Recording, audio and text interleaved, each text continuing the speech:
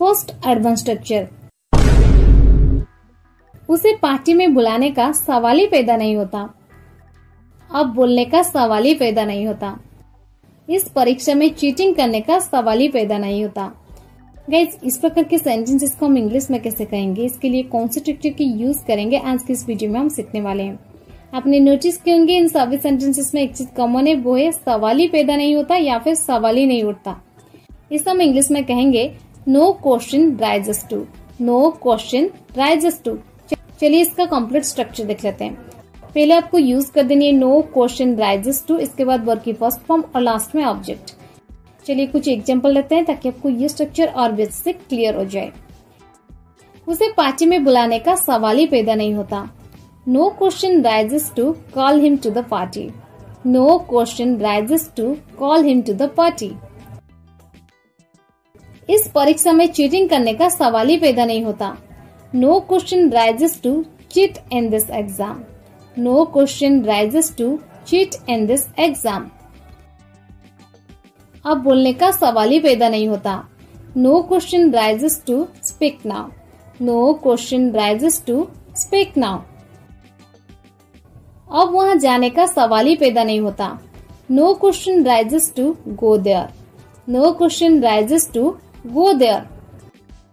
Second advance structure, हमारे पास खाने के लिए कुछ नहीं है। मेरे पास लिखने के लिए कुछ नहीं है। उसके पास करने के लिए कुछ नहीं है।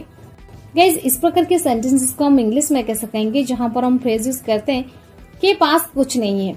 के पास कुछ नहीं है, इसके लिए हम इंग्लिश में लिखेंगे हैज या फिर हैव नथिंग टू। हैज या फिर हैव नथिंग टू। चलिए इसका कंप्लीट स्ट्रक्चर देख लेते हैं। स्ट्रक्चर में पहले आपको यूज कर देनी है सब्जेक्ट, इसके बाद हैज या फिर हैव, इसके बाद नथिंग टू।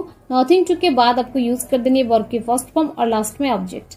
मैं आपको और एक चीज बता दूं, हैज आप यूज करेंगे थर्ड पर्सन सिंगुलर नंबर के पास, जैसे कि ही, सी, इट, नेम के पास, और हैव आप बाकी पर्सन के पास यूज करेंगे। चलिए कुछ एग्जांपल्स लेते हैं ताकि आपको ये स्ट्रक्चर और बेस से क्लियर हो जाए। उनके पास करने के लिए कुछ नहीं है। They have nothing to do. They have nothing to do. मेरे पास अब कहने के लिए कुछ नहीं है।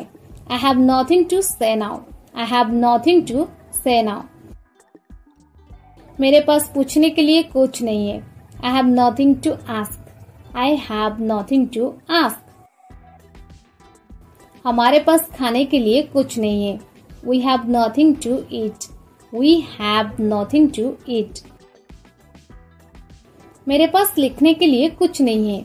I have nothing to write. I have nothing to right.